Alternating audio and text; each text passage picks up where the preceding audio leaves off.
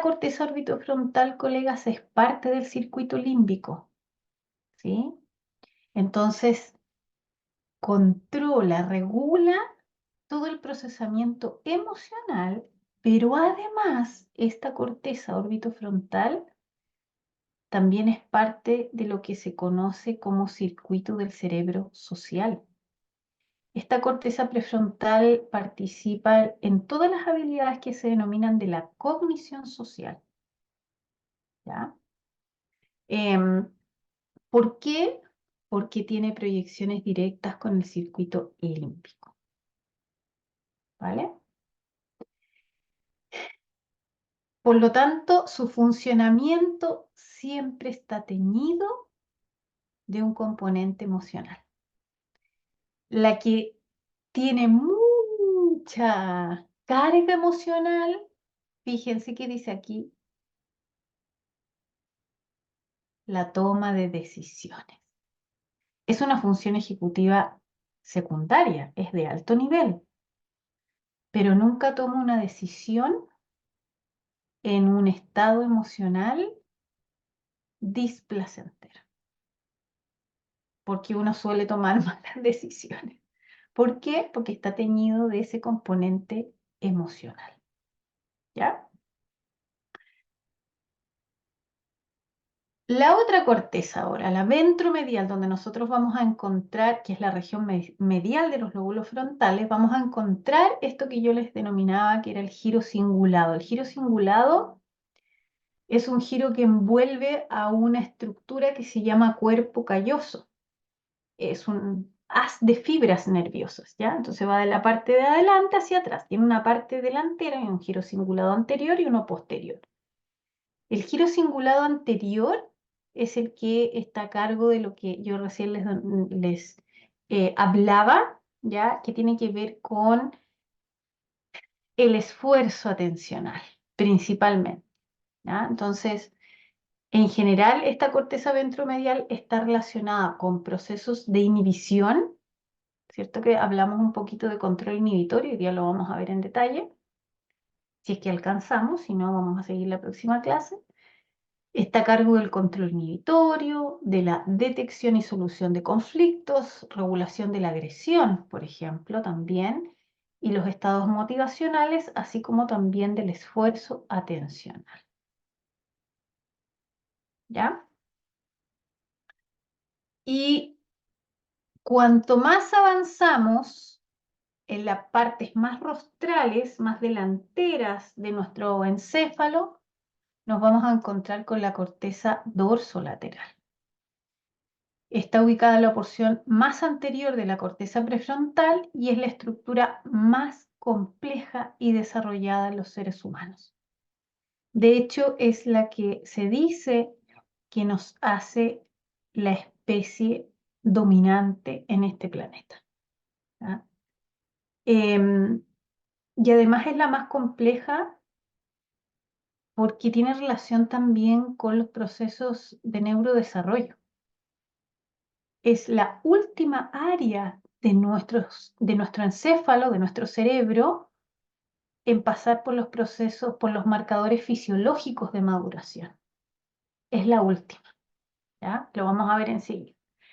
Y esta se relaciona con funciones de alto nivel y los procesamientos mentales más complejos, ¿ya? Esto no depende, no está cargado de un componente emocional porque no recibe proyecciones del circuito límbico.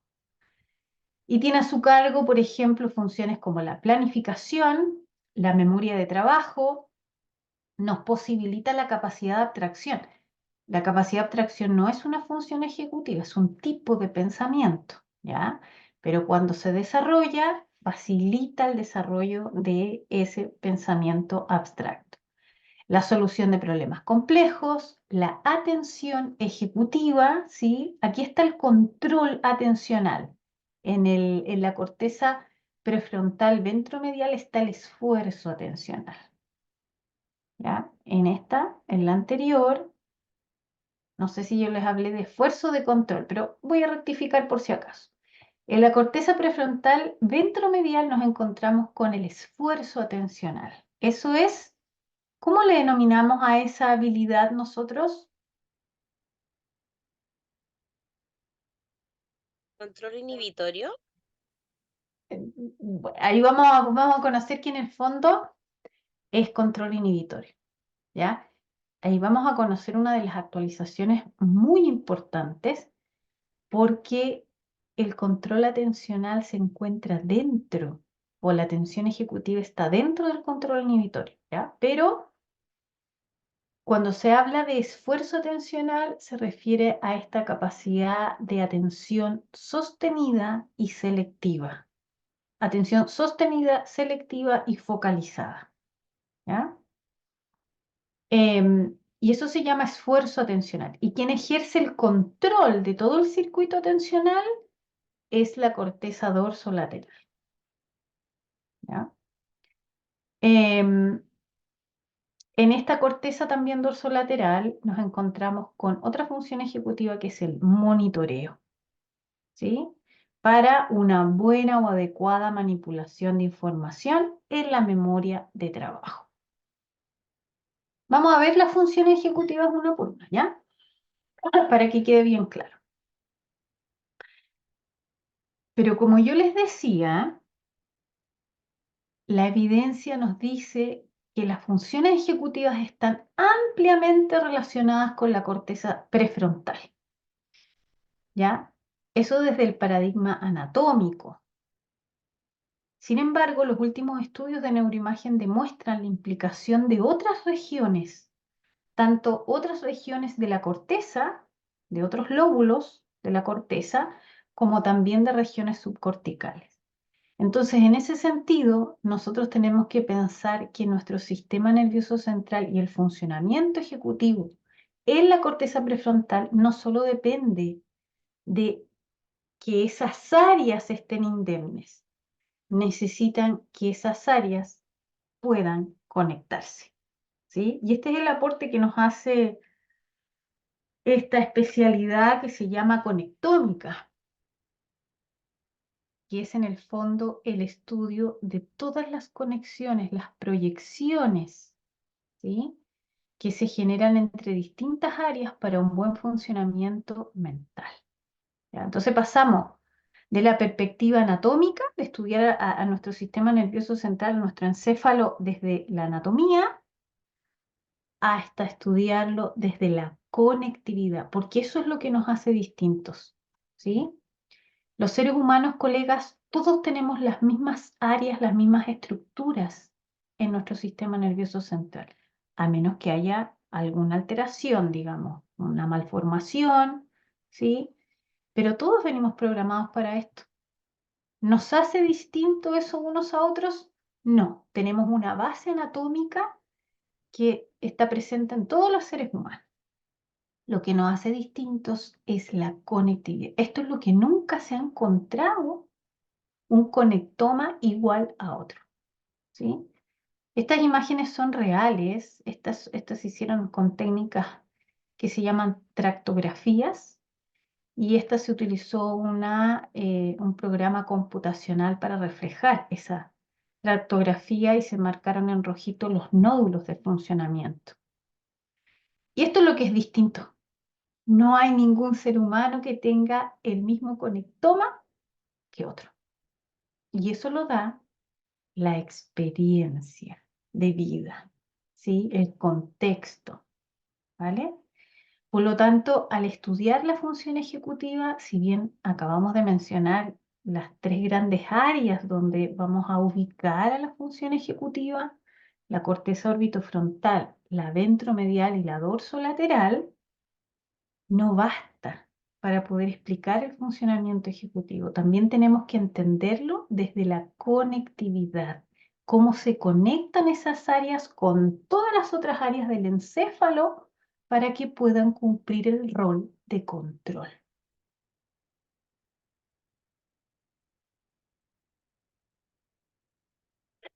Entonces, cuando nosotros hablamos de anatomía, ¿ya? Sí, es importante conocer esas áreas de la corteza prefrontal, pero también tenemos que conocer que es importante el estudio de la conectividad.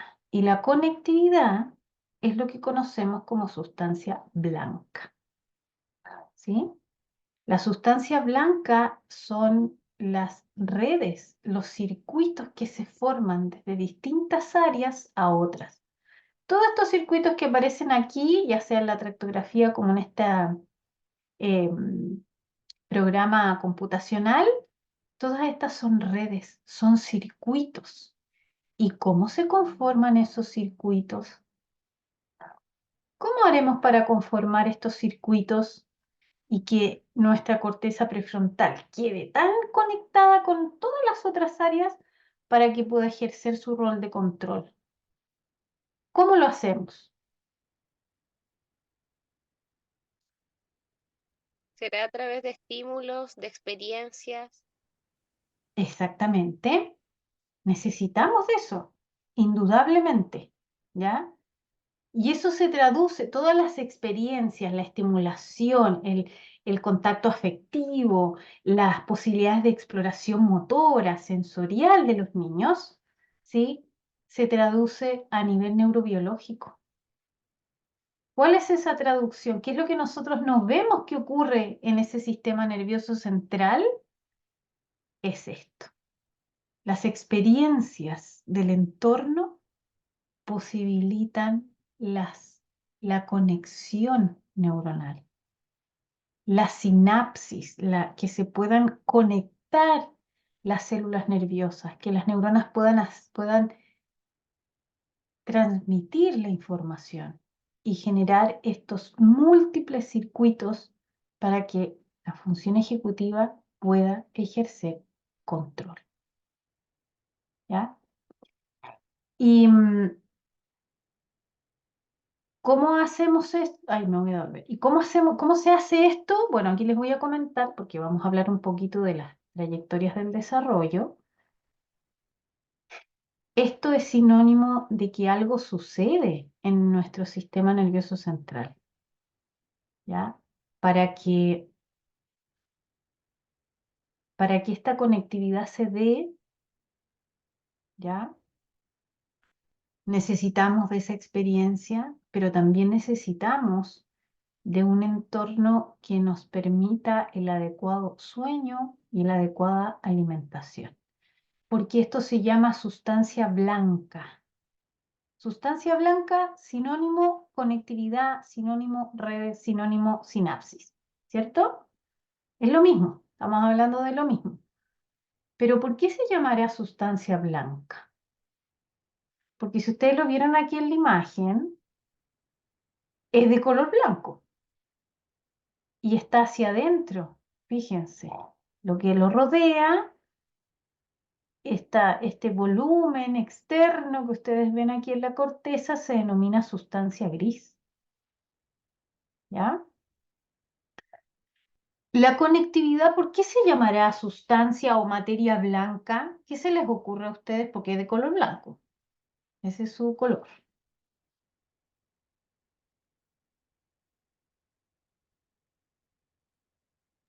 Carol, Ajá. o sea, el nombre tiene que ver con, claro, con el color, pero está dado por la mielina de los axones. Exactamente. La mielina es de color blanco. ¿Y por qué es de color blanco? Porque la mielina es una sustancia oleosa, grasosita. Es como grasa en nuestro cerebro. ¿Ya? Y eso, cuando nosotros vemos esto, establecimiento de redes, es un marcador fisiológico de maduración en nuestro sistema nervioso central. Porque eso a nivel celular, ¿qué significa? Que los axones, uy, esto ya es un poquito de biología, pero lo voy a explicar bien rápido. Nosotros tenemos células nerviosas, que son las neuronas, pero ojo, no son las únicas células nerviosas. Las células nerviosas, las neuronas, sí son las que transmiten el impulso nervioso. Pero tenemos otras células nerviosas que contribuyen al funcionamiento de las neuronas, que se llaman células gliales, ¿ya?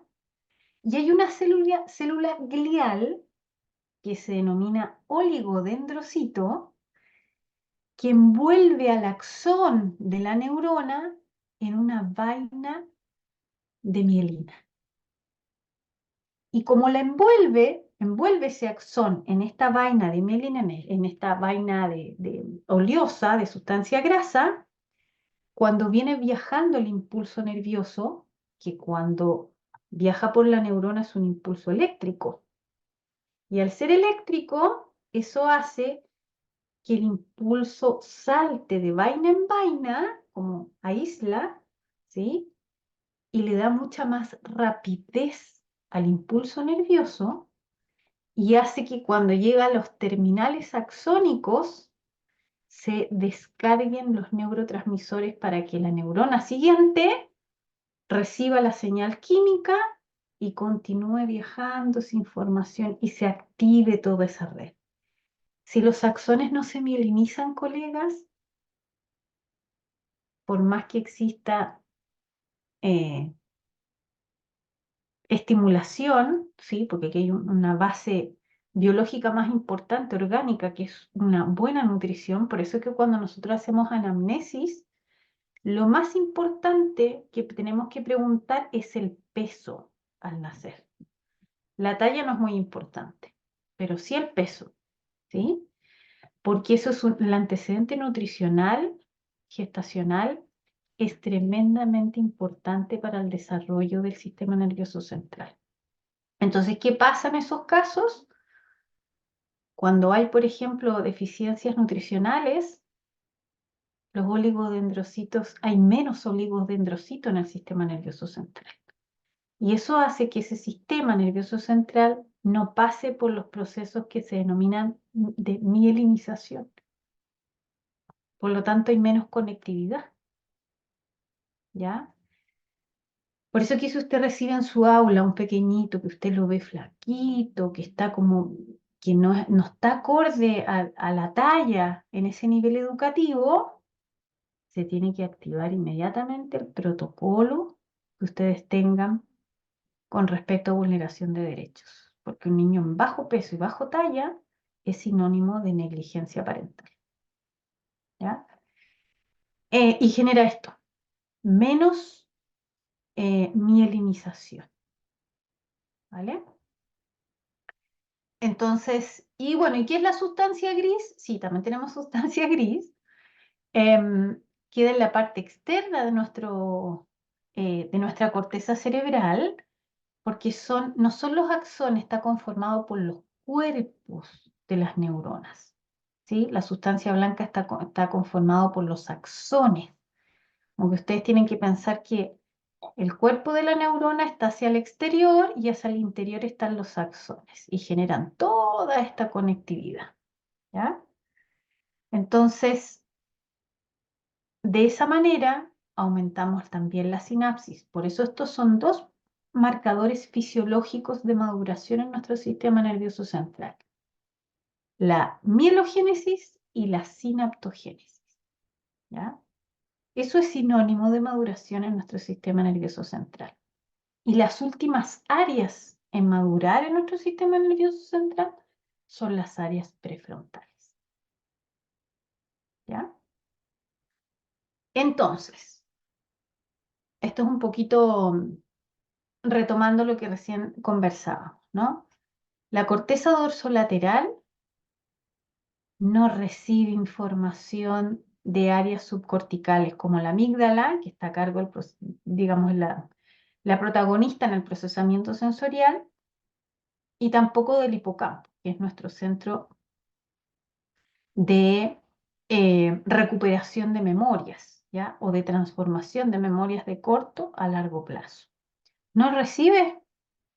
Fíjense, toda esta información llega a las otras cortezas, a la corteza ventromedial, que incluye también la corteza cingulada. Llega a áreas motoras, a la parieto occipital, a todas las otras. Pero la corteza dorsolateral es la última y no tiene conexiones, ¿sí?, directas con el sistema límbico de su vida, ¿sí? Conexiones de su vida. ¿Quién le informa a la corteza dorsolateral? Le informa el resto de las cortezas prefrontales. La orbitofrontal y la ventromedial le entregan información a la corteza dorsolateral. Ellas le proporcionan información. Entonces, si nosotros tuviéramos que ponerla en un podium, la más compleja, ¿sí? La que alberga funciones de alto nivel y que no reciben proyecciones directas de otras estructuras y de otros circuitos, es la corteza dorsolateral. ¿Ya? Y por eso es que aquí les pongo la imagen también ilustrativa de lo que se hablaba de funciones ejecutivas frías y calientes, ¿no? Fíjense, la corteza dorsolateral sería la corteza fría o la de funciones ejecutivas frías. Y la ventromedial y obviamente la orbitofrontal son calientes. ¿Por qué? Porque reciben información desde otras estructuras, del tálamo, de los núcleos basales, de las otras cortezas, de la corteza insular también que participa en la cognición social y en el procesamiento de emociones, la amígdala, ¿no? Entonces, por eso tendieron a llamarlas funciones ejecutivas frías o calientes, ya por su conectividad con otras áreas que entregan información emocional, ¿vale? Entonces eso significa que si bien sabemos que existen tres grandes áreas, anatomía, ¿cierto? Tres grandes áreas de la corteza prefrontal, la orbitofrontal, la ventromedial y la dorsolateral, también tenemos que entenderlo, como yo les decía, desde la conectividad. Y desde la conectividad, toda la información que ingresa a nuestro sistema nervioso central para que sea consciente, tiene que llegar a la corteza cerebral. Siempre. Si no llega a la corteza cerebral, esa información no es consciente. ¿Vale? Entonces, esas redes que suben la información proveniente de nuestro sistema nervioso periférico, ¿ya? Y llegan al sistema nervioso central y llegan a la corteza, y dentro de las cortezas llegan a la corteza prefrontal, se denominan redes bottom-up, que son proyecciones ascendentes. Comunican a nuestro sistema nervioso periférico, donde tenemos ubicados todos nuestros receptores sensoriales, con el sistema nervioso central. Es decir, se une con la médula o el tronco cerebral. ¿Ya? Ahí llega la información de la periferia. Y de las áreas subcorticales suben hacia la corteza cerebral para su procesamiento. Es decir, llegan a las cortezas sensoriales, cortezas de asociación posterior y las cortezas de asociación anterior, que sería la corteza prefrontal. ¿Ya? Pero esas son redes de subida, que sí, las necesitamos porque la función ejecutiva nos ayuda a un mayor procesamiento, comprensión e integración de esa información. Pero su rol principal es el control. ¿Y cómo ejerce el control? A través de la creación y activación de redes top-down, que son proyecciones descendentes. Proyecciones que se generan hacia otras cortezas, es decir, proyecciones córtico-corticales de la corteza prefrontal a otras cortezas cerebrales o conexiones córtico-subcorticales. Corteza prefrontal a estructuras que están bajo la corteza, ¿ya? Hacia la médula y el sistema nervioso periférico para la emisión de una respuesta.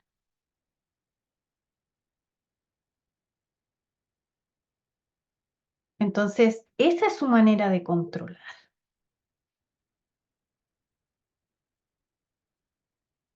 Les doy un ejemplo para que me puedan entender. Si les estoy hablando en chino, por favor, deténganme y lo retomamos, no hay problema. ¿Ya? Les voy a poner un ejemplo en adultos primero y otro en pequeñitos. Siempre me acuerdo de este ejemplo porque lo viví, ¿vale? Ustedes conocen la enfermedad que se llama Parkinson, ¿cierto? Ya. La enfermedad de Parkinson es una enfermedad neurodegenerativa.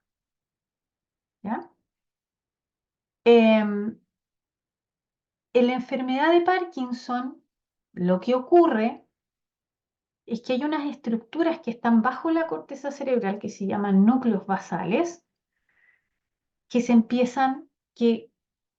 se autogenera una orden de muerte celular en esas áreas y empiezan a morir. Hay necrosis de ese grupo de células, de esas neuronas que conforman esas áreas, ¿ya? Y resulta que los núcleos basales están a cargo de una función que se llama coordinación y precisión motora. Y ustedes me dirán, bueno, pero Carol, ¿no nos dijiste que existían las cortezas motoras que hacían esto? Sí, existen cortezas motoras que hacen eso, pero hay otras estructuras en nuestros cerebros que ayudan a coordinar y a precisar el movimiento, ¿ya? Y como estas áreas empiezan a morir deliberadamente por esta información genética, ¿ya? Que se activa, la corteza prefrontal envía señales de bajada, señales top-down, para querer controlar el movimiento. Una de las sintomatologías ya de fases avanzadas, en la fase prodrómica de la enfermedad, son los espasmos musculares, que en realidad no se llaman espasmos, pero este movimiento involuntario, ¿sí? Este movimiento que ya no pueden controlar, ¿ya?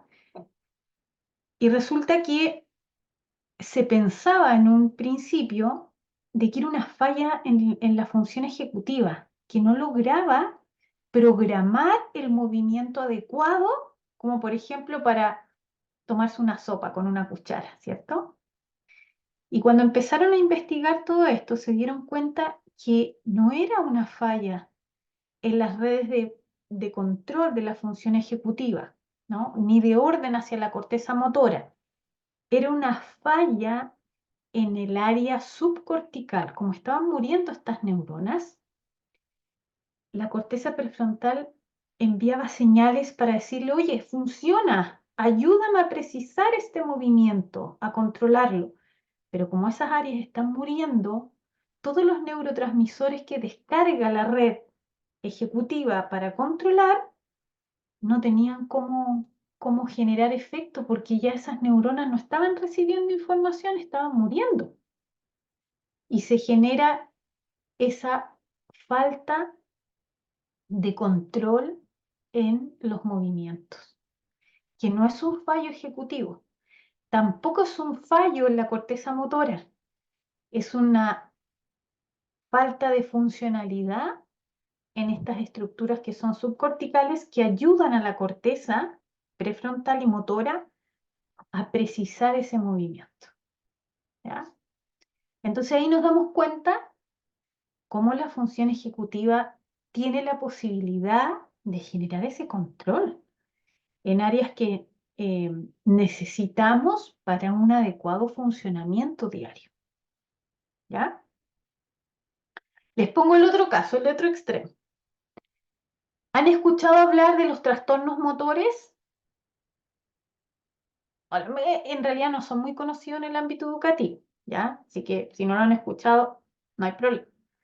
Bueno, dentro de los trastornos motores hay uno de ellos que se denomina trastorno del desarrollo de la coordinación, que antiguamente se le conocía como dispraxia. No sé si han escuchado hablar de la dispraxia, ¿ya? Ese es como lo más conocido el término, ¿ya? Es un trastorno motor. Pero aquí, como es una dis, viene de evolutivo, ¿ya? Aquí hay una atipicidad. ¿Dónde? En la función ejecutiva que no logra planificar, programar la secuencia motora para que se genere el movimiento. Entonces, son estos pequeñitos, esto es muy común, lo vemos en el juego diario, de que nunca se han subido, por ejemplo, un columpio y no hayan cómo sentarse, pasan una pata para allá, se sientan y tratan de buscar esa estrategia motora para poder hacer ese movimiento, jugar a columpiarse y no pueden. Son esos pequeñitos que no pueden vestirse a menos sacarse la ropa porque se enredan enteros, no logran atarse los cordones. Hay una dificultad, ¿sí? No en la corteza motora, ¿sí? La corteza motora ejecuta. La dificultad está en la función ejecutiva que no logra planificar ese movimiento y programar su secuencia. Entonces, cuando se trabaja en esta área de los trastornos motores, principalmente en trastornos del desarrollo de la coordinación o dispraxia, los kines trabajan en eso, ayudándola a desarrollar las funciones ejecutivas, principalmente de planeación, para el desarrollo de estrategias que le permitan poder participar socialmente de manera mejor, hacer actividades de la vida diaria que no podían, ¿no? Y aquí tenemos muchos estudiantes en el contexto escolar que están mal diagnosticados. Entonces, no sé, muchos probablemente con diagnóstico, esto es típico, disgrafía, ¿no? Disgrafía motriz, que dicho sea de paso ya no existe. No existe la disgrafía motriz, ¿vale? Esos niños que presentaban esa escritura que nadie entendía nada, que era completamente, no diagramaban en un, no sé si está bien la palabra, pero no se organizaban en un espacio, tenían letras gigantes, chicas, pero nadie entendía nada. Eso no es una dificultad específica de la escritura, es una dificultad motora. Y esos niños, probablemente el diagnóstico de base es un trastorno del desarrollo de la coordinación. ¿Dónde está su base? En la función ejecutiva. ¿Vale? Entonces, aquí tenemos, si nosotros nos ponemos a pensar que necesitamos a los procesos cognitivos para poder desarrollar una actividad y poder aprender, sí los necesitamos. Indudablemente necesitamos atención, percepción, memoria, lenguaje, pensamiento e inteligencia. Pero necesitamos función ejecutiva que nos ayude a optimizar estos procesos cognitivos, que nos ayuden a manipular esa información y que podamos organizarla, darle una utilidad y poder aprenderla. Porque sin función ejecutiva es muy difícil que los procesos cognitivos hagan bien su trabajo, porque no hay nadie que les regule. Nadie le va a decir, oye, te despistaste, cometiste un error. Fíjate, se te olvidó la reserva. Eso lo hace la función ejecutiva, ¿no? Lo mismo cuando un pequeñito, tienen que ver, probablemente incluso trabajan en el área de educación emocional, ¿no? Cuando trabajamos con el semáforo de las emociones para que ellos aprendan a identificar las emociones, pero ¿por qué no las regulan? ¿Quién la ayuda a regular? Es la función ejecutiva. Ella nos regula, nos dice, respira profundo, ¿no? Sí, estás triste, está bien sentirse triste. Veamos, después que se nos pase la pena, busquemos una solución, ¿no? Todo eso es función ejecutiva. Constanza me dice, recién diagnosticaron a mi papá. Bueno, aquí vas a tener una herramienta enorme para intervención, ¿sí? Para poder hacer una terapia en funcionamiento ejecutivo, ¿sí? Porque esa es una de las áreas importantes que se trabaja en personas que ya tienen el diagnóstico, ¿no? Y obviamente terapia kinesiológica también, ¿vale? Eso es, en el fondo, esto de la función ejecutiva. ¿Se dan cuenta que son muy importantes? Y yo me atrevería a decir que hasta hace muy poco, un par de años, en el contexto escolar, educativo, la hemos recién empezado a tomar en cuenta, porque antes ni siquiera la evaluábamos. Era como, no sabíamos a veces tampoco que existían, ahora sí.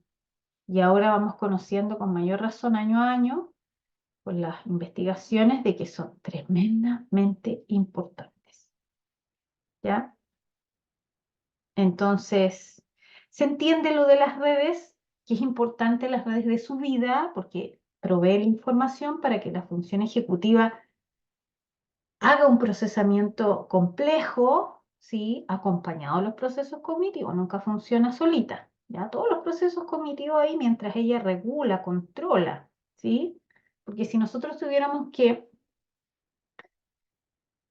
sintetizar qué hace la función ejecutiva, su rol principal es control.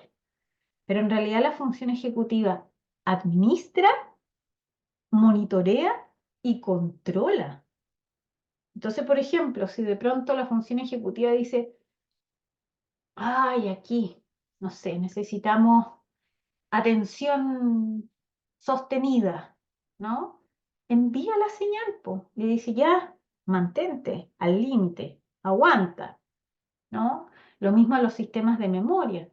Es decir, ella recluta. Si ve que necesita más activación de los procesos cognitivos, envía la orden para que se activen y se mantenga su activación. ¿Ya? Entonces, pero ella es quien regula todo, ¿vale? Y esos son las redes de bajada, las redes top-down. Entonces, ¿qué estaríamos haciendo nosotros cuando estemos interviniendo en función ejecutiva? ¿Qué redes vamos a estar estimulando? Top down. Las Top top-down. down. Las top-down. Ese sería nuestro norte, desarrollar redes de control. ¿Ya? Bien. Entonces, si ustedes se dan cuenta, no sé si hay alguna colega o algún colega psicólogo por aquí, pero les voy a decir porque estoy convencida de ello. Quienes trabajamos en el área educacional, ¿no? Porque los psicólogos también trabajan en el ámbito clínico, y trabajamos interviniendo habilidades cognitivas y funciones ejecutivas, estamos trabajando en el área de neurorehabilitación, porque estamos rehabilitando circuitos, redes, y los estamos estimulando, potenciando, ¿no? Desde el foco educacional, ¿vale? Pero trabajamos en el mismo ámbito. Bien.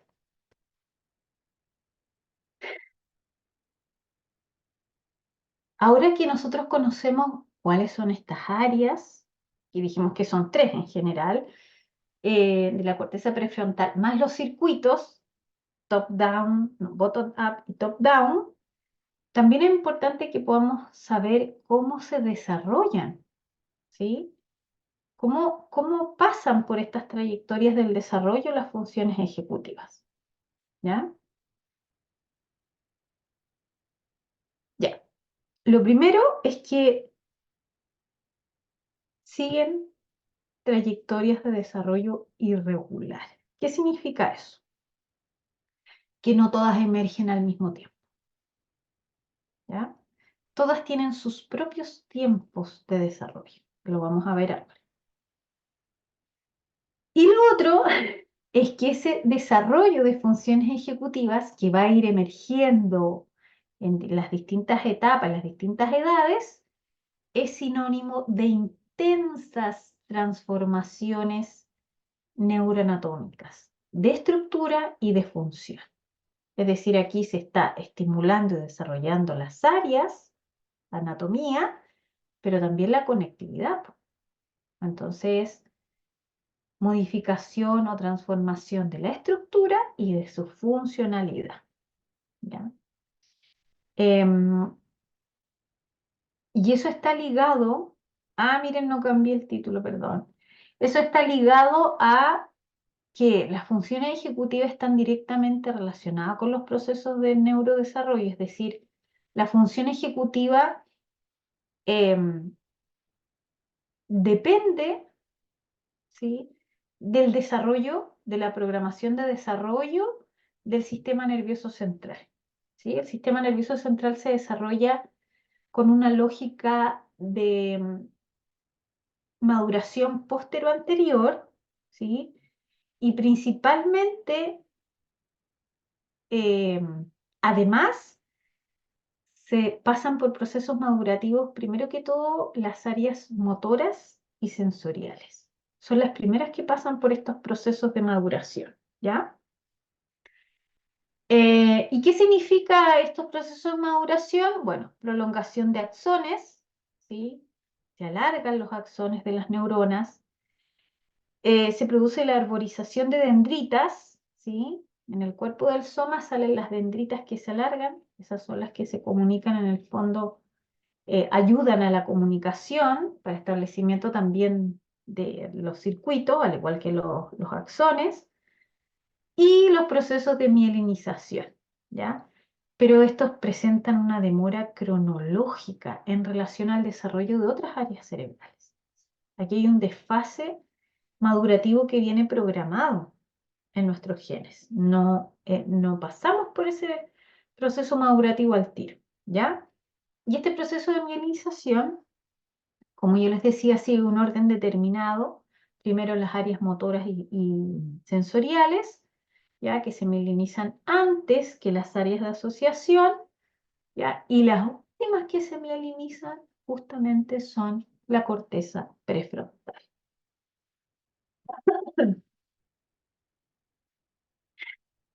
Las investigaciones apuntan, o mejor, bueno, ya aquí ya aparece la imagen. Las investigaciones apuntan de que nuestra corteza prefrontal termina de madurar en la segunda década de nuestra vida, llegando a los 30. Bueno, hay algunas investigaciones que ahora incluso amplían la edad, dicen que hasta los 35, ya, pero no son muchas.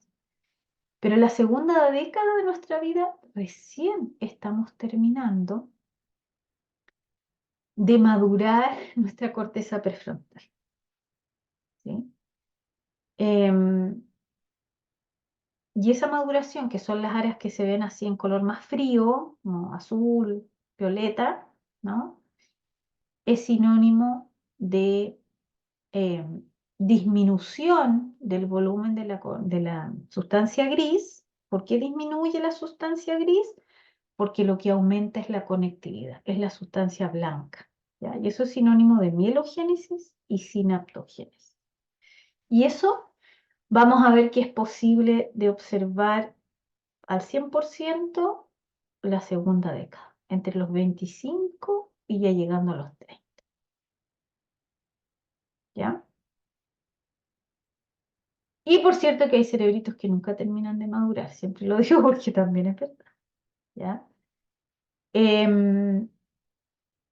Y por eso es que la función ejecutiva, como se demora, es tan lento, tan paulatino este proceso de maduración, tenemos que estimularla, tenemos que potenciar para que ese proceso, no es que si nosotros hacemos una buena estimulación y full estimulación antes de los 10 años, significa que a los 10 años van a estar todas las funciones ejecutivas desarrolladas, no, pero le vamos a permitir una trayectoria acorde a la edad, ¿ya? ¿Qué significa eso en términos generales a nivel neurobiológico? Crecimiento de las células nerviosas, crecimiento de las dendritas, de los axones, producción de mielina, establecimiento de nuevas rutas sinápticas, es decir, cableado, conexión, ¿ya? Y por supuesto también activación de sistemas neuroquímicos. Aquí se producen muchos neurotransmisores que ayudan a generar esos circuitos. Y cuando nosotros vemos esta progresión de desarrollo, es porque el niño se vuelve progresivamente más capaz de integrar información para fijarse objetivos a largo plazo, así como para desglosar los elementos necesarios para su consecución. Este desarrollo continúa hasta la adolescencia y la juventud temprana, momento en que los índices morfológicos indican la maduración de la corteza prefrontal. Entonces, si le estamos pidiendo a nuestros peques que se regulen a los 4 años, tenemos que pensar también en las trayectorias del desarrollo de la función ejecutiva. Sí vamos a ir viendo indicadores de mayor regulación en la medida que también estimulamos la función ejecutiva, ¿ya? Y este es el modelo de neurodesarrollo de la función ejecutiva basado en evidencia, que fue parte de mi investigación de posgrado, que lo hice en funcionamiento ejecutivo. Y aquí se marcan las trayectorias. Fíjense, dentro de este círculo amarillito, nosotros tenemos lo que conversamos en la primera clase, lo que son las funciones ejecutivas nucleares.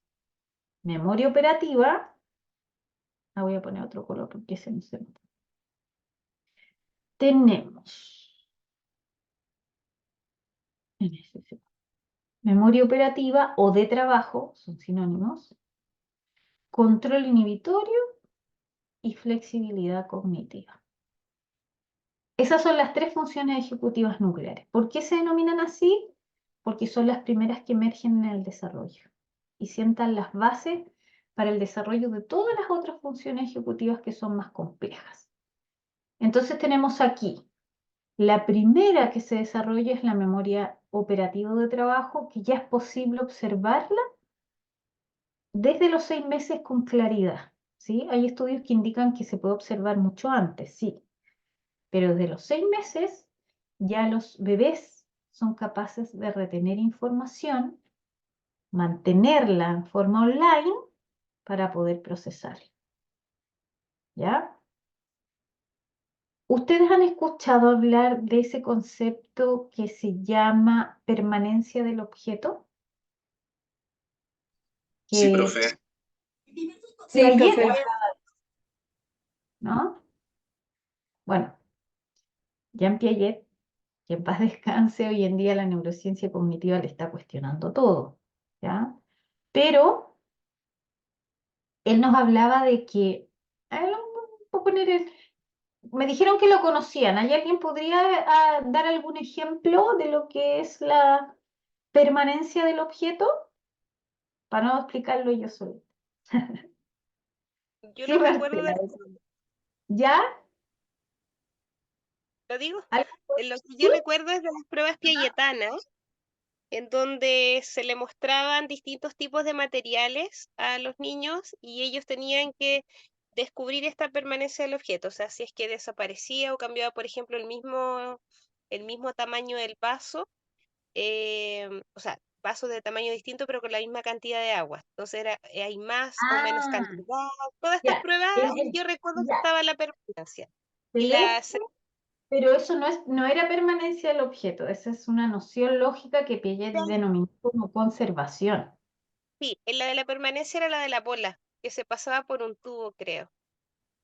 Eran Ya. unas bolas, ¿sí? Claro, en el fondo, me levantaron varios que levantaron la manito. Ya, súper. Romina y no me acuerdo quién más apareció con la manito arriba.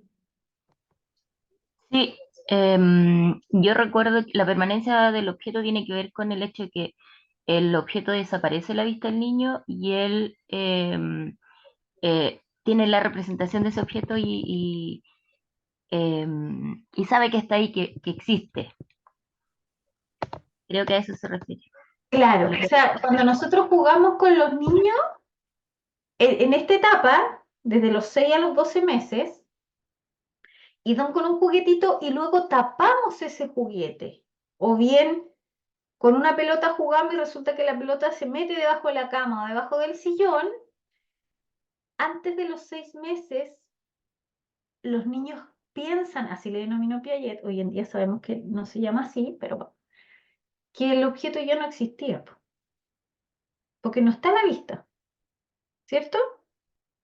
Y que después de los 6 meses, de los 6 a los 12 meses, empiezan ya ellos a saber que el objeto está ahí a pesar de que no lo ven, no está esa percepción directa, ¿ya? Eso en realidad, colegas, no es permanencia del objeto. Así le denominó Jean Piaget porque en ese tiempo no existía esto del funcionamiento ejecutivo. Eso es memoria de trabajo o memoria operativa, ¿sí? ¿Por qué? Porque la capacidad de mantener la información online, en línea, a pesar de que perceptivamente no la veamos, esta capacidad de manipular y mantener la información en nuestra mente es sinónimo de memoria de trabajo. y la memoria de trabajo está recién, antes de los 6 meses, mostrando esbozos de desarrollo, ¿no? Eso es función ejecutiva, ¿vale? Y por eso que ya se puede observar con claridad desde los 6 meses. Después, ya cerca de los 18 meses, aparece lo que se denomina control inhibitorio, rudimentalmente, pero aparece, ¿ya? A los 18 meses. Este control inhibitorio que ustedes han escuchado, a lo mejor son mamás o son tías o educadoras de esa etapa, de esa edad, han escuchado hablar de los terribles 2 años, que aparecen unas Sí. rabietas, que se ponen un poco manipulativos y que quieren todo ahora. Eso es sinónimo de que el control inhibitorio entre los 18 y los 24 meses está recién empezando a desarrollarse. Pero ojo, estoy hablando de trayectorias de desarrollo típico, ¿sí? No estoy hablando de atipicidad, ¿sí? Cuando hay condiciones del desarrollo, condiciones diagnósticas es otra cosa. Y aquí le estoy hablando de un pequeño que no tiene ninguna condición asociada, ¿ya?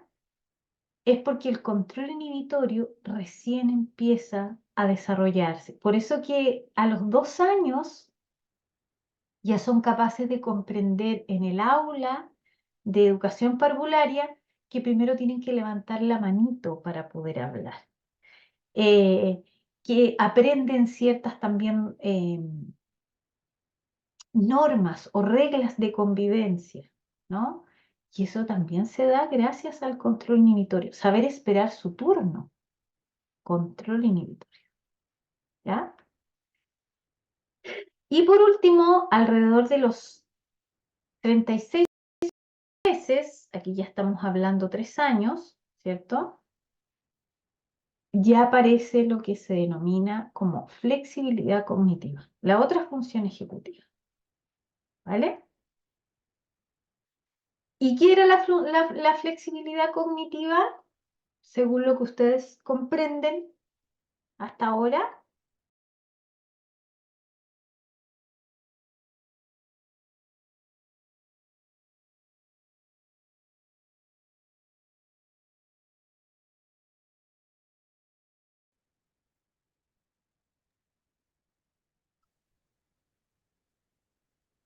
Alejandra, tienes la manito arriba, dale. La capacidad de resolver un problema, o sea, de resolver más de una forma un problema. Por ejemplo, ¿cierto? Variar la estrategia. ¿Qué más significa la flexibilidad cognitiva o mental? Tiene que ver con la empatía también. Tiene que ver no solamente con un elemento cognitivo, también emocional. Me pongo en el lugar de otro, perspectiva distinta, ¿cierto? Exacto.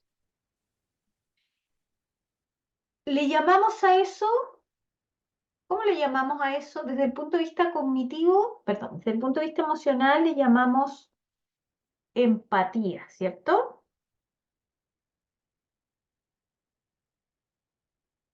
A ver, quiero plantearlo de una manera que les haga pensar. También voy a poner un ejemplo con los más chiquititos. Hay una habilidad que empieza a desarrollarse desde los 3 años y que se evalúa en el contexto de la condición del espectro autista, porque es una habilidad de la cognición social que se presenta muy atípica en autismo. Aquí por aquí me puso Marcela adaptación al cambio, súper bien, ¿cierto? Considerar diferentes puntos de vista. Priscila, adaptarse a situaciones nuevas, exactamente. Esa habilidad que se evalúa en pequeñitos en la condición cuando estamos, ¿cierto? En el proceso de sospecha y si está en el proceso de evaluación diagnóstica, se evalúa si es una habilidad de la cognición social que se llama teoría de la mente. ¿Han escuchado hablar de teoría de la mente y de cognición o de mentalización? También se conoce así, ¿no? Se conoce como TOM, así se ha estudiado, es una habilidad de la cognición social. Esa teoría de la mente es tener la capacidad de poder inferir lo que otro está pensando, ¿sí? Es asumir cognitivamente la mente del otro, ¿no? Les menciono uno de los test históricos que se han utilizado, bueno, tiene distintos nombres, pero es el test de Sally y Ann, donde uno le muestra, antes era con imagen, ahora uno lo hace con títeres, con muñequito, le relata una historia al niño, ¿ya? Y en esa historia muestra una muñequita, ¿cierto? Y le dice, mira, ella es Ann, está jugando con una pelotita o con lo que sea ahí, y están en su pieza, ¿ya? Y de pronto entra eh, bien digo, su amiguito, su amiguita, ¿ya? Sale. Entonces estaban jugando y de repente a él le dan ganas de salir o de ir al baño o se va a comer, ¿ya? Porque hay un montón de variaciones de ese test. Entonces deja su pelota dentro de la canasta, una canastita con tapa, y se va a la merienda o al baño. Y su amiga, que es muy traviesa, toma la pelotita de Ann y la mete en el ropero, ¿ya? O en otra cajita distinta. Y también después ella le da hambre y se va. Después cuando vuelve Ann, ¿sí? Que era la niña, la dueña de la pelotita, va a ir a buscar su pelota. ¿Dónde crees que va a buscar la pelota? Y fíjense que todos los pequeñitos en la condición del espectro autista, todos responden que va a buscar la pelota en el ropero. Todos. Y estoy hablando a los 4, a los 5, 6 años. Eso se trabaja así, para que pueda desarrollarse esa habilidad, ¿ya? ¿Por qué? Porque la teoría de la mente, esta capacidad de pensar como el otro, para poder decir que Ann iba a buscar la pelotita en la canasta, porque ella no sabía que su amiga fue tan traviesa que se la escondió, no pudo ponerse en el lugar mental de Ann y decir, no, pues la voy a buscar aquí porque aquí fue la última vez donde yo la dejé. Entonces ellos solo responden en base a su propia perspectiva. Y su perspectiva fue que la pelota quedó guardada en el ropero. Es decir, no logran flexibilizar su pensamiento, su capacidad mental, para ponerse en el lugar del otro. ¿Ya? Y por eso que en la condición del espectro autista, sobre todo niños y niñas, pero también adolescentes, son mucho más vulnerables a sufrir situaciones de acoso, de abuso, porque no logran inferir las intenciones del otro, las creencias y los pensamientos que pueda tener la otra persona. ¿Vale? Entonces, no sé, se les han denominado como que son niños ingenuos, que son puros. Sí, es verdad, pero eso responde a una función ejecutiva. Porque fíjense que la teoría de la mente se comienza a desarrollar desde los 3 años, justo cuando emerge la flexibilidad cognitiva. Por eso la evidencia apunta de que la flexibilidad cognitiva va a mediar o va a permitir el desarrollo de la teoría de la mente. Y si ustedes se dan cuenta, bueno, esto se los comento así a grandes rasgos, porque también estoy a cargo del otro diplomado que es de condición del espectro autista. La tipicidad ejecutiva mayor en autismo es la flexibilidad cognitiva. Por eso que les cuesta mucho el desarrollo de la teoría de la mente, muchísimo. Por eso que se desregulan cuando les cambian una rutina, porque no tienen la posibilidad de ajuste. ¿Qué le permite el ajuste? La flexibilidad cognitiva. Y es justo la que se presenta atípica. Entonces la flexibilidad cognitiva, colegas, es sinónimo de muchas otras habilidades que tienen otro nombre, como por ejemplo, también, bueno, teoría de la mente es la base para el desarrollo de la teoría de la mente, pero Piaget también habló de esta habilidad, o sea, esta función ejecutiva con otro nombre antiguamente, y lo denominó egocentrismo. Dijo que todos los niños, hasta los 3, 4 años, eran egocéntricos. No podían pensar más que en su punto de vista, en su forma, ellos, ¿no? Bueno, eso es flexibilidad cognitiva. Esa es la base de funcionamiento ejecutivo. Por eso se llaman funciones ejecutivas nucleares. Sí, Constanza, tienes la manito levantada. Profe, es que entonces, no sé si entendí bien, ¿el flexibilidad cognitiva es lo mismo que mentalización o van de la mano? La flexibilidad cognitiva permite el desarrollo de la teoría de la mente o mentalización. Muchas gracias. Por eso emergen en el mismo momento, ¿ya? Si hay atipicidad en flexibilidad cognitiva, hay atipicidad en teoría de la mente. Son directamente, o sea, hay una correlación directa entre esa función ejecutiva y el desarrollo de esa habilidad de la cognición social. No sé si alguien o ustedes lo habían escuchado. Yo no voy a dejar de compartir para poder, no veo mucho. Pero en general autismo siempre se ha estudiado desde la conducta, colegas. Bueno, ahí les hago la invitación después si quieren pensar en hacer el diplomado de autismo. Pero la verdad es que nosotros en el diplomado de autismo analizamos funciones y habilidades mentales. Porque todo el mundo le va a decir, no, intereses restrictivos, estereotipias, em,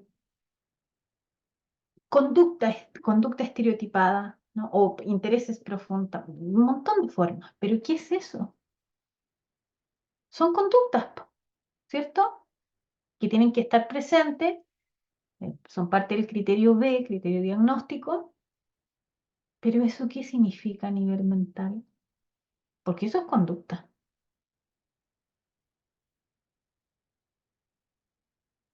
Eso muy poco, y en ese sentido yo me saco el sombrero por este equipo porque nosotros investigamos lo que está más allá de la conducta, que es la habilidad mental y, por cierto, también el sistema nervioso. Todo el criterio B, con excepción también del procesamiento sensorial. El procesamiento sensorial no solamente involucra flexibilidad cognitiva, involucra todas las otras funciones ejecutivas, pero todo el resto, colegas, es flexibilidad cognitiva. Entre más atipicidad en flexibilidad cognitiva, más conductas, patrones de conductas repetitivos y estereotipados va a presentar ese niño, niña o adolescente. ¿Qué hay que intervenir? Ustedes van a encontrar millones de modelos para intervenir en autismo. Todos intervienen en conducta. No hay ningún modelo que incluya el desarrollo de función ejecutiva específica para autismo. Y ahí nosotros tenemos que trabajar flexibilidad cognitiva. No hay otra manera, ¿no? Entonces, eso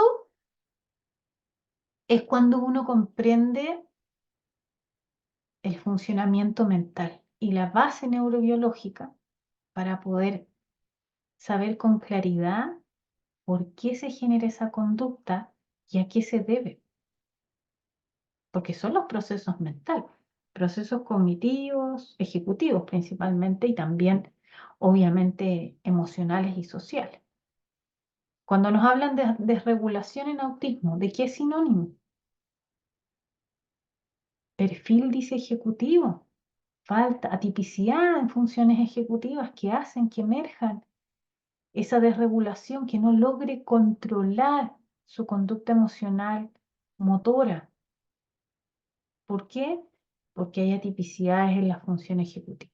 Entonces, si se dan cuenta, todo, colegas, todo se puede explicar a través de la función, no solamente la función ejecutiva, pero es una de las protagonistas, porque está a cargo de controlar. Cuando no se controla una conducta, cuando nuestra conducta no es adaptativa, significa que la función ejecutiva no está cumpliendo su rol. Ella es la que tiene que controlar. ¿Ya? Entonces, en ese sentido, y con esto vamos a terminar por hoy, esta base neurobiológica que es la memoria operativa, el control inhibitorio, la flexibilidad cognitiva, ¿ya? Que ahí vamos a ver que entre medio también hay otra función ejecutiva, que es la atención ejecutiva, pero es que la atención ejecutiva está aquí en el modelo, pero vamos a ver que funciona dentro del control inhibitorio, ¿ya? Todo este núcleo, si se dan cuenta, la memoria operativa o de trabajo, ya es posible empezar a observarla desde los 6 meses, el control inhibitorio desde los 18 meses, la flexibilidad cognitiva desde los 36, ¿ya? Todos emergen en momentos distintos. No significa que a los 18 meses no veamos flexibilidad cognitiva. No, sí hay, pero es rudimentaria, ¿sí? No es posible observarla con claridad. Entonces, en estas etapas, en estas edades, si uno observa directamente el desarrollo de esta función ejecutiva, que se tiene que ir consolidando a lo largo del tiempo, sí. Y lo más interesante de esto es que las investigaciones que hace Miyake, principalmente Hughes y Niros, es que estas trayectorias de estas tres funciones ejecutivas se juntan en un momento. ¿En qué momento se juntan? Entre aquí, entre los 5 y los 6 años. Y eso también coincide con el inicio del desarrollo de los circuitos de dominio específico. Que antes se desarrollan habilidades previas que son precursoras, sí, porque son cognitivas y ejecutivas. Pero justo coincide también con el inicio de estos circuitos de dominio específico. Por eso de los 5 a los 6, ¿no? Lectura, escritura y matemática. Empiezan a desarrollarse esos circuitos, a fortalecerse, ¿ya? Y comienza su desarrollo gracias a los procesos instruccionales, gracias a la enseñanza sistemática. Y a partir de allí también vamos a observar que comienza el desarrollo, ¿ya? No es que de los 5 años comience el desarrollo de estas funciones ejecutivas, ya la actualización, el monitoreo, la resolución de problemas, la fluencia, la toma de decisiones y la planificación están dentro de este periodo de los 5 años, ¿ya? Pero están recién apareciendo. ¿Cuándo comienza su consolidación? Desde los 5 ya comienzan a consolidarse estas funciones ejecutivas que se denominan superiores o supramodales, ¿ya? Y terminan de desarrollarse ya en la adolescencia y en la adultez joven. ¿Para qué? Para permitirnos mayores niveles de autorregulación. La autorregulación no es una función ejecutiva, es el resultado de un buen funcionamiento ejecutivo. ¿Vale? Y aquí me voy a saltar rápidamente, porque eso no vamos a alcanzar a ver, pero esto sí. Rutina de pensamiento para terminar, cerrar la clase de hoy.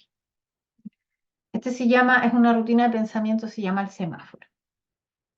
En rojo, una idea que no le haya quedado clara o del todo clara. En amarillo, una con la que a lo mejor no esté de acuerdo conmigo. ¿Y por qué? Y en verde, una idea que le haya parecido interesante, relevante, motivadora de esto que hemos visto hoy. 2 minutitos, si quiere le saca un pantallazo. 2 minutitos y lo piensa. Por eso se llama rutina de pensamiento visible. Lo piensa y lo anota para que nos lo pueda compartir. Ay, profe, ¿le puede poner de nuevo que no alcanzó a sacar foto? Salió perdón. en la foto. Ahora sí.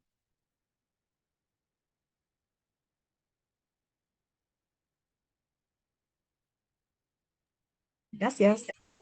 Ya.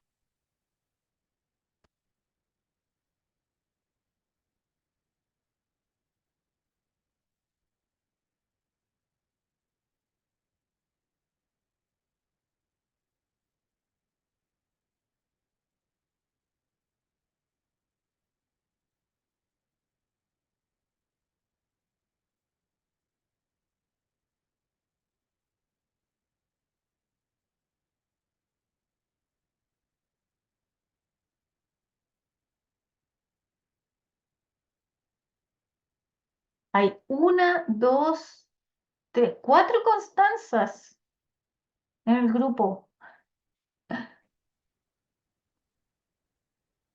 Y hay 2 Constanzas Silva. Ah, tienen que poner después los 2 apellidos, colegas, ahí en el trabajo final. Más Fernández está, Jocelyn también, Marce, Cristi, Nicolás, Pamela, Priscila, Romina, Roxana, Sil, Stephanie, Susan. Ya. Voy a hacer aprovechando que ustedes están pensando este segundillo, mi registro de asistencia.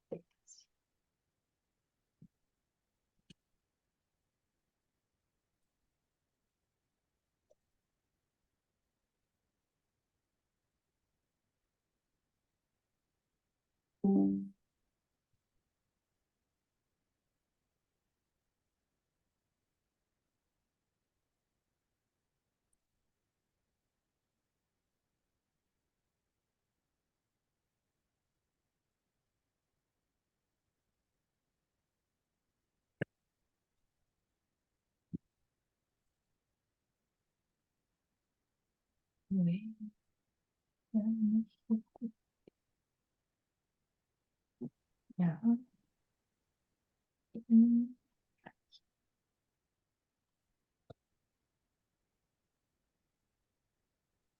Ah, me acabo de cortar, menos mal, si no me van a retar.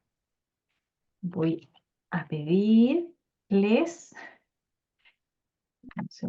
un segundito.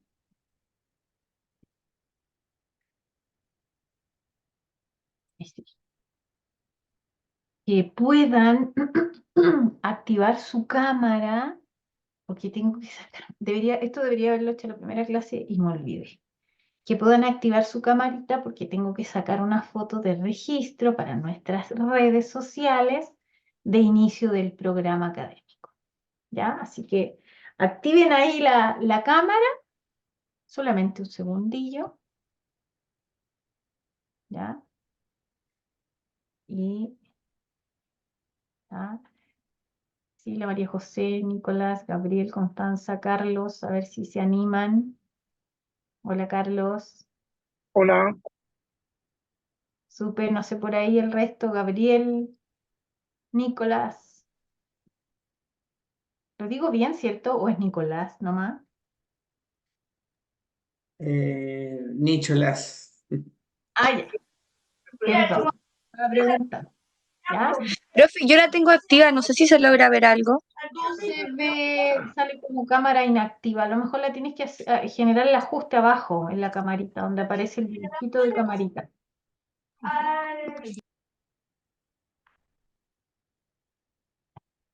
Ya.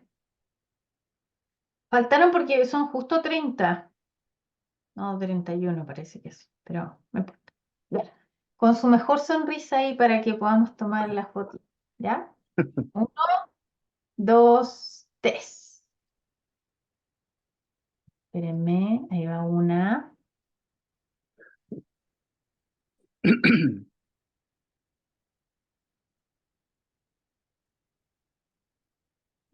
Era una, la voy a guardar al tiro porque Ah, y la otra, vamos a tomar otra. Ahí sí. Y la otra. 1, 2, 3. Ya, salieron todos bellos, bellas. Talla completa. Listo. Ya. A ver si alguien quiere compartir su semáforo. Lo que me interesa es que ojalá no quede ninguna idea en color rojo, o sea, ninguna preguntita, ¿no? Ninguna duda de lo que hemos estado hablando hoy.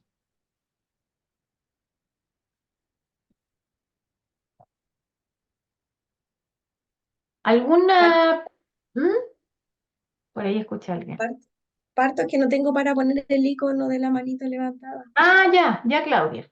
Dale, te escuchamos. Ya, en rojo, algo que no sé si lo dijo o yo no lo escuché, pero cuando hablaba acerca del peso de los bebés, ¿de qué peso estamos hablando? Así como de alerta o riesgo, ¿del kilo y Ay, medio hacia no me abajo? lo sé de memoria, Claudia, pero hay una tabla Ah, debe que ser entonces la esa.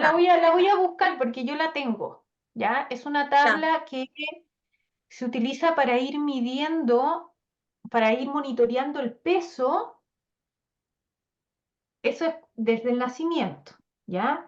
Pero también hay otra tabla para ir midiendo el crecimiento fetal en peso y en tamaño, ¿ya? Y cuando esas curvas no se van cumpliendo, esos desarrollos, y además otros indicadores también fisiológicos, em, se determina, por ejemplo, restricción de crecimiento fetal. Y ahí es cuando se tiene que interrumpir la gestación y generalmente hacen cesáreas de emergencia, porque eso significa que el bebé no se está nutriendo y no se está oxigenando adecuadamente. Los voy a buscar, Claudia, si quieres te los comparto, ¿ya? Y lo otro que es importante también postnatal, además del peso, es la medición de la circunferencia craneal, que también es ya. un antecedente importante. ¿Ya? Que lo utilizan mucho los pediatras. No es que nosotros nos creamos pediatras, ni mucho menos, no. Pero es un antecedente importante porque eso va también, va marcando el desarrollo de ese sistema nervioso central. Ahora, ¿qué es también mucho más preciso o igual de preciso desde el punto de vista ya no médico, sino que más del punto de vista educativo, que se vayan cumpliendo los hitos del desarrollo durante el primer año de vida? Hitos del área motora, del área cognitiva, del área social y del área lingüística. Esas 4 áreas son las que se tienen que monitorear fuertemente el primer año para saber que todo ese sistema nervioso central va desarrollándose acorde a lo esperado. Pero no me lo sé de memoria. Yo tengo que mirar la tabla porque es una tablita súper precisa, así muy detallada.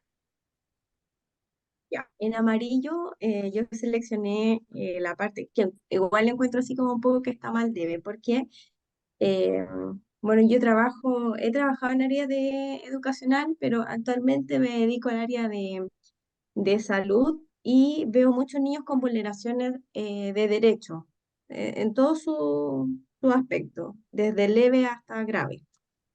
Y hablamos de la importancia que tiene, ¿cierto?, esta primera infancia, todo el trabajo que podemos hacer dentro de la primera infancia, pero sin embargo nosotros vemos en la parte sobre todo yo tengo residencias que voy monitoreando desde el área de salud y vemos cómo cada vez ingresan más niños en vez de ir disminuyendo, eh, cada vez ingresan más niños. Cómo crear una conciencia en la mamá o en la progenitora en este caso, o en ese tutor responsable que debiese ser el encargado de lo que hablábamos recién, ¿cierto? Esto de los apegos, de este trabajo dentro de la primera infancia que es tan importante, eh, Mm. el rol de la familia.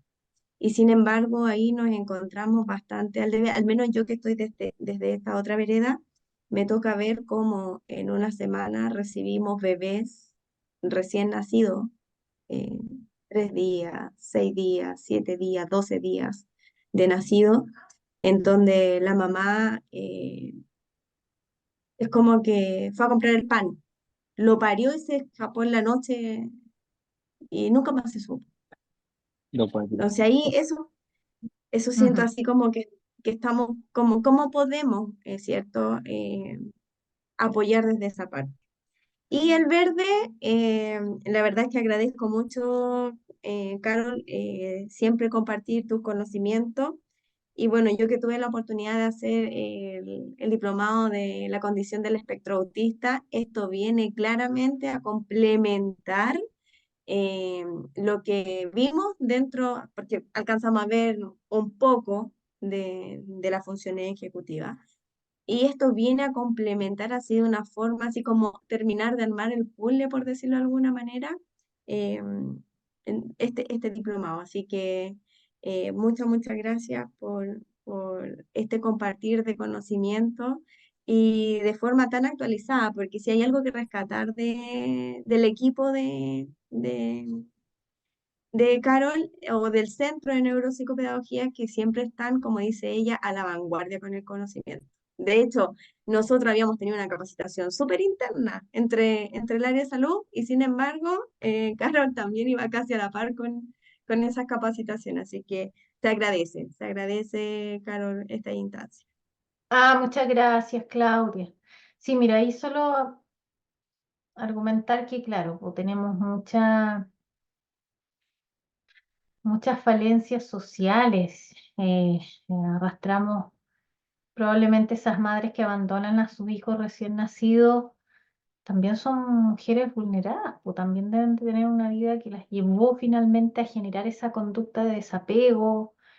Eh, entonces, ahí como sociedad, ¿qué hacer? Bueno, ahí hay que trabajar desde las bases nomás. Por eso que ahí la política pública es súper importante. Y por eso mi llamado, yo no soy partidaria de ningún partido político, no milito en ninguno, pero sí a repensar que cuando uno tiene que hacer ese voto, ¿no? Que sea un voto consciente, ¿no? Desde nuestra perspectiva también como especialistas en el área, para que podamos elegir a los mejores representantes, y con ello no solo me refiero al presidente o presidente de la República, sino que también a los parlamentarios, porque ellos son los que están a cargo de crear normativas, po, leyes, ¿no?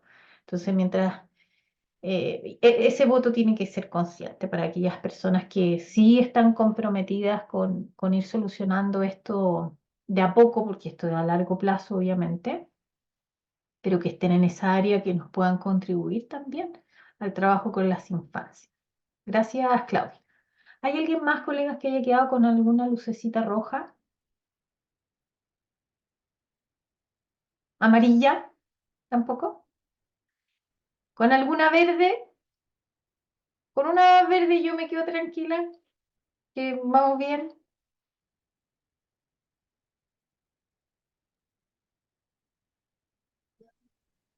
Oye, hay uno, ahí, Carol. Ay, no levanté la mano, yo Ah, quería hablar. dale, Roxana. Sí, Sí, dale, no, no, dale, no. dale. De hecho me costó las otras dos luces. Estuve hojeando mis apuntes y la verdad que no encontré para Ya. el rojo y el amarillo. Nada, cosas importantes como la intervención temprana, eh, primera infancia vital, que miremos a nuestros niños. Cuesta así de repente como a algún familiar o a algún papá decirle de manera sutil para dónde Mm. tiene que ir, pero yo creo que es vital que cuando damos sugerencias, cuando hacemos una toma de conciencia también con los papás, le hablemos de para dónde tienen que mirar, qué es lo que tienen que hacer, aunque las dinámicas familiares a veces son tan complejas que uno modifica a uno, pero el resto de la cadena es eterna. Pero bueno, por eso es importante hacer charlas, reuniones, conversar con los papás y todo eso. Y lo otro que, nada, porque el fin último de las funciones ejecutivas es la autorregulación. Esos fueron mis dos apuntes. En lo Esa de- es la meta, ¿no? Entre más desarrollo de función ejecutiva, más autorregulación de la conducta cognitiva, motora, emocional, en todas las esferas, ¿sí? Así que ese es el norte y por eso que vamos a ver la próxima clase igual, vamos a ver el pedacito que nos quedó pendiente igual con un taller que tenía programado para hoy, lo vamos a hacer la próxima clase, pero también ahí en la próxima clase vamos a aprovechar de adentrarnos un poquito en por qué la base socioemocional es tan importante en la función ejecutiva, ¿ya? Conversar un poquito de eso. Marcela me pone la importancia de trabajar y formar a los padres para que potencien a nivel familiar. Sí, indudablemente, esta es una mirada, como decía por ahí una colega, ecológica, ¿no? Así que eso es súper importante también de tenerlo en cuenta. Bien. Espero que les haya gustado esta segunda clase. Vamos a ir haciendo como, voy a ir dando hartos ejemplos en esto. También voy a tratar de ir colocando un poquito más de ejemplos en PPT para que les quede también de respaldo. Y ya el material lo tienen, hay un documento de apoyo, de descarga, es optativo, no es obligatorio su lectura. Ya todo lo vamos a ver en clase. Así que nos encontramos entonces el próximo viernes a las 6. Que tengan un lindo y descansado fin de semana. Gracias, Carol, tú también. Chao, Un Carlos. Chao, Chao, abrazo. Chao, colega. chao. noches. Chao. Descansen. Chao. Nos vemos. Chao, chao. Chao, chao.